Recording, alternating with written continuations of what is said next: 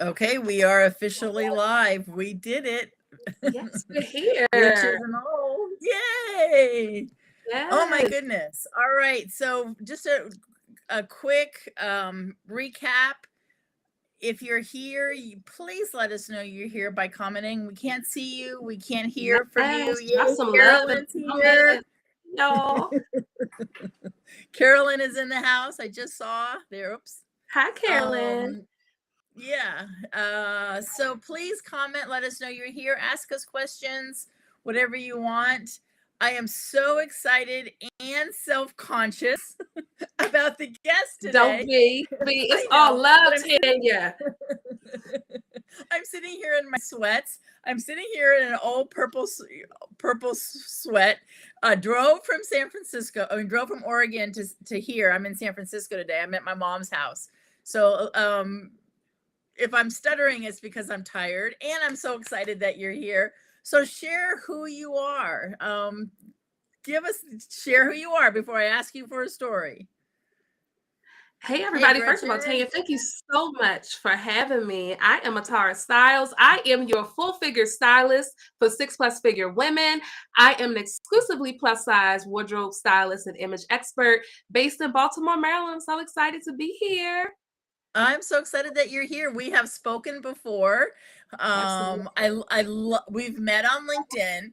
I'm so far, Mhm. other than my daughter, I think almost all my guests have been people that I have connected with in one way, shape, or form on LinkedIn. It is an amazing platform. I love your Yes. posts. I love how you honor, what you do and how we have some struggles around, styling. You're Mhm. amazing. So share how you Thank how you you. how you landed with this. So my story is, I would say my story in getting into styling, it came from a place of pain. It really came from a painful place. So I'll take you back to 2009, 13 years ago. I was a 20-something in college at Coppin State University, the Coppin State University. And at that time, I started my makeup business as a makeup artist. So I was in the image industry long before I became a wardrobe stylist. Hey, y'all. And I decided in 2019, I was really starting to feel like, okay, when you're a makeup artist, fortunately, you can't do someone's makeup virtually. So it does, you depend on clients. You have to have a lot of people in your chair. And I was starting to get a little burnt out from it. Like the passion just wasn't there anymore. So in 2020, of course, when the pandemic came, that gave all of us time to really like slow down and really think about where our priorities lie. And Yeah. then at that time in 2020, I unexpectedly lost my mom in April of 2020. So this is the height of the pandemic. This is where nobody can go to the hospital. Nobody's coming to the house, none of that. So I went through one of the Yep. most hardest times of my life, in a time where having that support and contact that you're normally used to is just not there. So Right. one of the things that really helped me, especially because I'm working from home every day, nobody's going anywhere, we're on lockdown and all that stuff. One of the things that really helped me was getting up and putting some clothes on, doing my makeup, videos for Instagram, and You mean just you it just helped took me the feel soft good. pants off? Yes, I took it off and I put on something fabulous. I had two girlfriends, Caroline and Carmen. We were working, and they asked me to come in and do some of them. So you may have seen Yep. me on that platform. I've worked with them, and I did the videos with them. They were like, "Well, we want you to style us."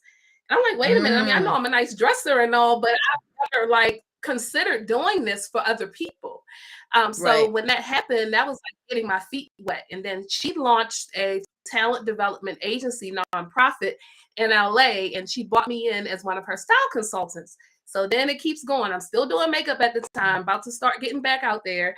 And I just kind of pivoted into it. She gave me my first client, and I was nervous because I'm like, what if they don't like what I do? What if this is a fail? But the client was so happy with Yeah. everything that I picked out. And from there, it was like my confidence just went like this. And next thing I know, I'm going from being a Tara Artistry to being a Tara Styles. And that was 2 years ago. And here we are.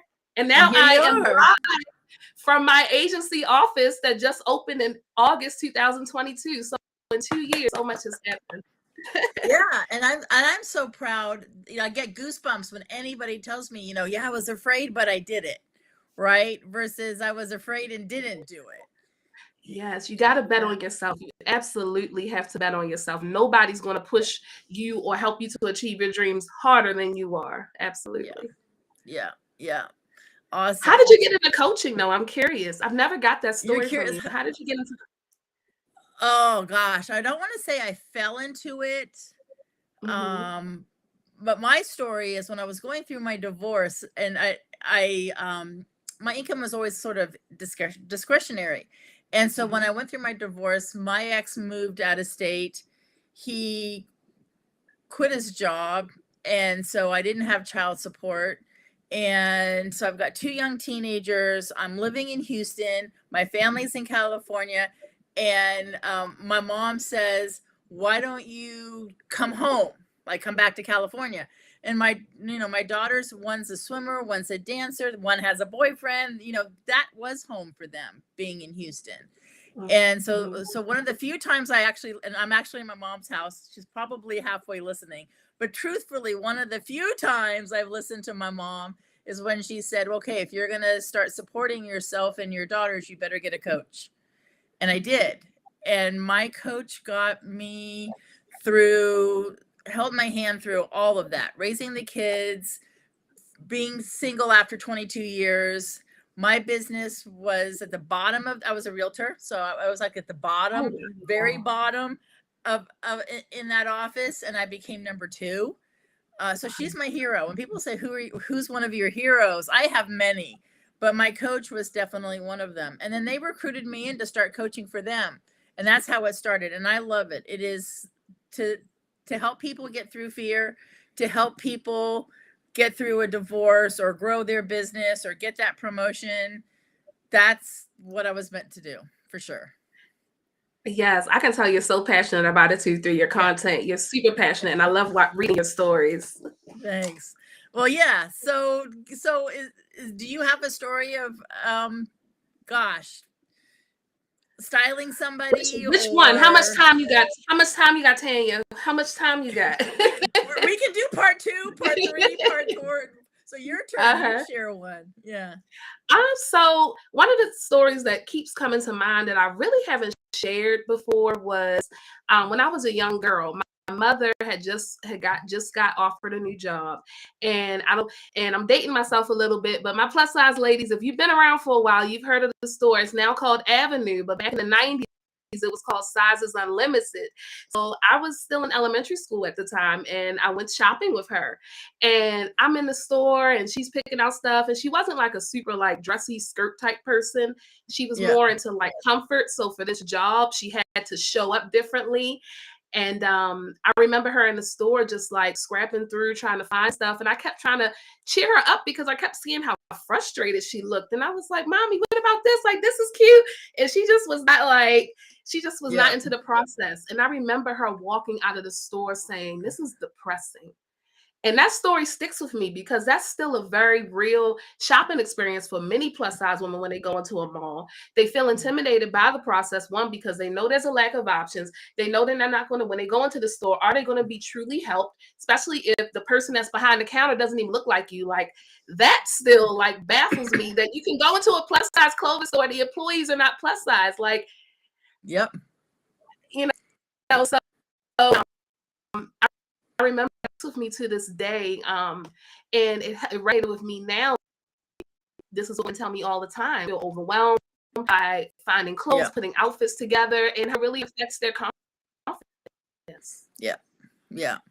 It does. And it's something that, that I was sharing a story with my daughter. So my daughter lives in, I have two daughters. One lives in Bend, Oregon, which is Mhm. freezing. I am still cold because I left this morning and it was snowing, Mm. and so I'm still feeling the snow. But anyway, we prior to the snow, we were shopping in downtown Bend, and it's about 3 or 4 blocks of beautiful stores, lots of boutiques, and we're shopping. And I buy something for my granddaughter, I buy something for my daughter buys a few things, and we're leaving, and she's like, and we went through almost all the boutiques and all the stores, and she's like, "Mom, you didn't buy anything for yourself."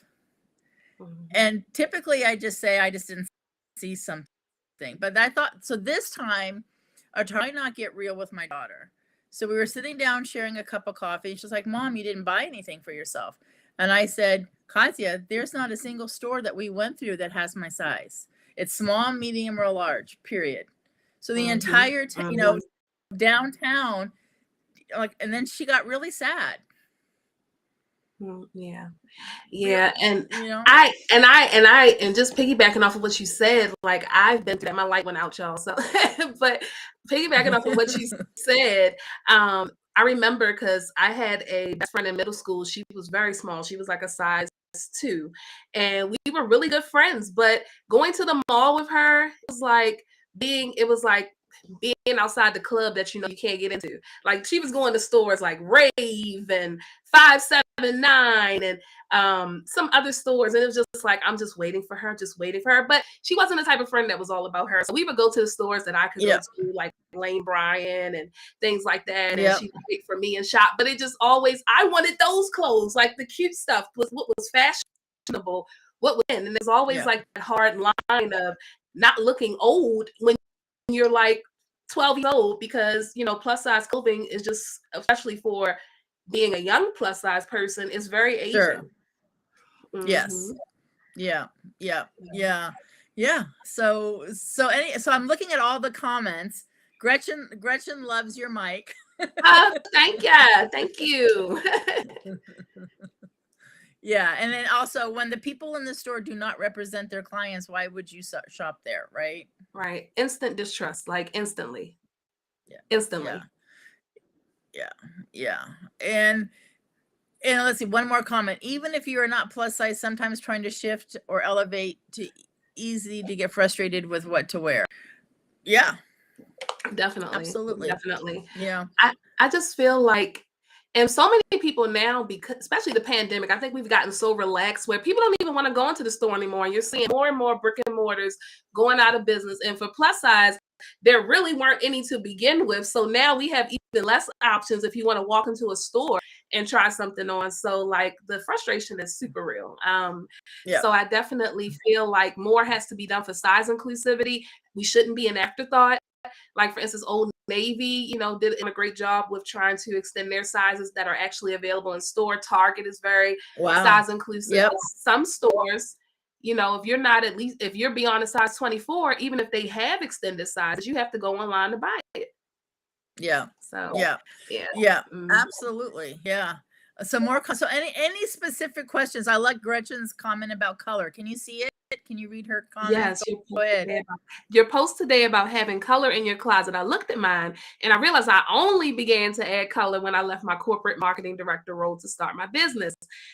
Well, I'm happy to hear, Gretchen, that now that you are out of corporate and you're in your own business, you're no longer subscribing to that uniform. So I'm happy to hear it. Like, I think a lot of us, we put ourselves in because of what everybody else is doing. I also posted today about not dressing like everybody else. Just because you're in a place of leadership, it doesn't mean that you have to do what everybody else is doing. Of course, the leader is supposed to be the one that sets the trends. And if you are in a place of leadership, then you determine the culture of dress and the standard of culture of dress within your organization.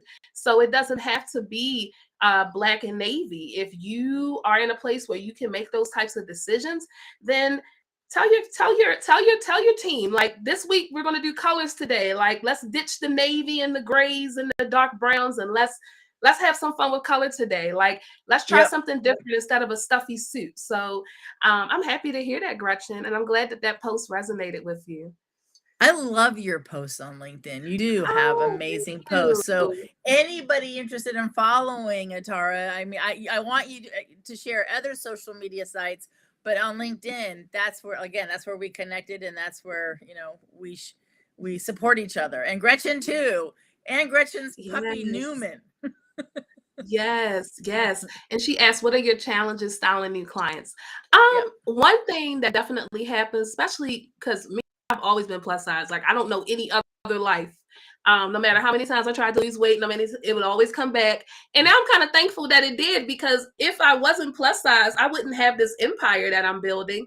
I would just be another, like, head in the clouds when it comes to styling. Like, me being plus size allows me to stand myself apart from what everybody else is doing. I'm able to serve a market that is super underserved, and it's my market. I am my client. I am a CEO. I also work with speakers, public figures, and experts like coaches like yourself. So I'm kind of thankful that my path in life, whereas when I was younger, was like, oh, I wish I could be small. Why? It all makes sense now, because this is my purpose. This is what I need to be doing. So definitely in alignment. But challenges for styling new clients, one of the things that we run into often, a lot of us grew up with messaging, and it came a lot of times from family. Like, one of my clients, we were talking the other day, and she told me, growing up, my mother used to tell me, you need to cover up, you need to wear bigger clothes. And I carried that with me into my adult life. So when she started working with me, and I'm like, okay, you need to wear this bodycon dress, honey, and show off these curves that people are literally spending thousands to have. She was just like, this really opened up my world. And we don't realize how we take our childhood views on style, weight, and our family's perception of us into our styling choices. So helping them to kind of erase all of that so that they can, them with their style. Yeah, absolutely. So Rachel made a comment about it's hard to find cute maternity clothes. I don't know that I can really speak to that, because it's been a long, long time since I've been, my kids are 25 and 27-ish. But sure, that's probably a whole nother category that, Yes. Yeah. And a plus size maternity is like daggone near non-existent. Like, really, I think for us, like when I was pregnant, I just wasn't size up.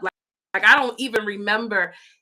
There probably are some sites that exist, but I never really tapped in to see. But I remember when I was pregnant, I just went up a size. There was no plus size maternity section. But when you go to the store, what I hate is size next to maternity. And I'm talking about Target and a lot of other stores that do that. And you go into the plus size section, and then you're thinking, oh, this is cute. And then you realize it's a maternity top.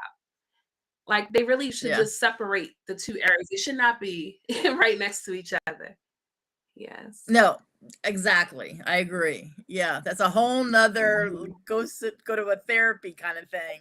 It's just, keep it separate. Yeah, we have enough to deal with than having, exactly clothes that are, that like, hey, it's maternity clothes that are going to fit you. Yeah. Exactly. All right, so we've got a lot of comments on color. Got a lot of comments on color. So yes, color is very cool. I remember once having a conversation with my sister, and we're very similar in size, and she used to wear a lot of black, and then something shifted where now she wears a lot of color. But in the beginning, when we were first, getting together, with her kids or similar age to my kids, that, she used to say she was not comfortable wearing color. It's kind of hiding, her size kind of thing. Yeah. I mean, I grew up with the same things too. Like, I can remember talking to one of my pastors growing up. Like, he was like, one way I always look like I lost 10 pounds is I wear black. So that always stuck with me. Like, okay, the dress is available in red, blue, and black, but I'm going to pick black because it's going to make me look 10 pounds lighter. Like, that's from a young age stuff with me. So definitely they tell us that colors draw attention to you. But I'm at this point in my life, I'm like, I want the attention. Like, I want people to be drawn to turquoise. Like, you want people to see me. So black, I know if I go to black, there's going to be a C. If you want to stand out, be the pink suit, as they say. So and that's one of my main missions, is to get plus size women to it. And I can see that, like, obviously in your office, in your attire today, in your LinkedIn posts. Savannah, hi. There's more people logging in. Savannah, that's team color. Doesn't have any suits. Lauren, hey. Stacy. All right. Hey, everybody. One more quick question. Yeah, a lot of people. I'm so happy. One more quick question, because then I have a question for Atarah. So I'm going to give it about 30 seconds, see if a question pops up that we haven't already had. And then I'm going to put you in the hot seat. Oh, Oh no, shucks. they all want to know. Oh, what is the biggest styling challenge? Biggest styling challenge is helping their objections to stepping out of their comfort zone. Like if you, Yeah. to me, if you're seeking styling services, at least if you're my styling services, I hope that you take time to get to know me, see my content, see work that I've done for others, to know that when you come to me, Black is not going to be your first option, that I am going to challenge you, that I am going to be the tell it like it is person. I am that girlfriend in the fitting room that's like, oh, hell no, that ain't right. Like I'm that person. And one of the things that sets me apart is that I have been able to tell people that ain't it without diminishing them or impugning their dignity. Like it's all about empowering a person. Yeah. Okay, that may not be the right, it's all in how you say things. Those stylists that's like a bully that will make you feel guilty, thing like that. Like I'm all about empowering my clients. Yeah. And you are. All right. So the hot seat is, so we share our stories, right? And we hope that it impacts people, and we like to hear stories, and that's our legacies. So we write chapters, right? And we all have different chapters that we've lived through. So the question it is, what's a chapter you want to write? Give us a sneak peek into a future chapter. And obviously there's a lot of people here to hold you accountable. Okay, so for me, the next chapter is definitely expansion. Right now, our styles collection, I have the crown collection, so I have my fedora show. Let me put mine on. So I have my fedoras. I love it. Thank you. And I also plan to one day have my own bespoke clothing line where it's 100% me. I am the hand giving the hand to the designs, and it's nothing like what's on the market. You can't get it from a showroom, you can't get it from China, nothing like that. Like I want my own clothing line. I want to be able to create a legacy for my daughter. Even if she doesn't enjoy styling, she loves fashion now, which I'm not, but even if she doesn't, something for her to at least have when I'm no longer here. I want to be able to travel, do more speaking engagements, and just be that girl. And of course, I'm going to be on television, doing shows and all of that. That is so cool. Well, we're here to support you and hold you accountable. So know that, right? These lives, social media sites, especially, LinkedIn, have been some of the most amazing people, supporting me, supporting you. So now that the universe has heard it and we've heard it, we're here to support you in it. Yes, and that's the big thing. Dress to manifest. Like, don't dress for where you are, dress for where you're going. So, like, I have things in my closet. Like, when that call comes to go to the TV station, I already have something in my closet. I'm not scrambling to find something to wear. And that's what I tell like my clients, like, wait till you get asked out on a date to go find a dress. You need to have a dress on speed dial in your closet, so when that man comes or that woman comes into your life, you already are prepared for it. And I really believe that dressing and getting ready for the things that you want to happen in your life makes it happen a lot faster. I love that. My daughters are, especially my youngest daughter, but both my daughters are so excited that I know you. They're like, Mom, you need the help. Yes, we're going to get it. We're going to get it. I look forward to it. I know. Me too. I know.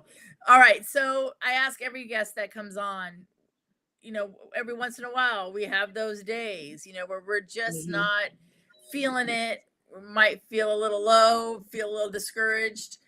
What gets you back on track? Favorite song, favorite book, podcast, dance? What do you do? Couple things. My daughter's hugs is one thing. Prayer, Marvin Sapp's album. He's a gospel artist. Here I Am, one of my favorite albums.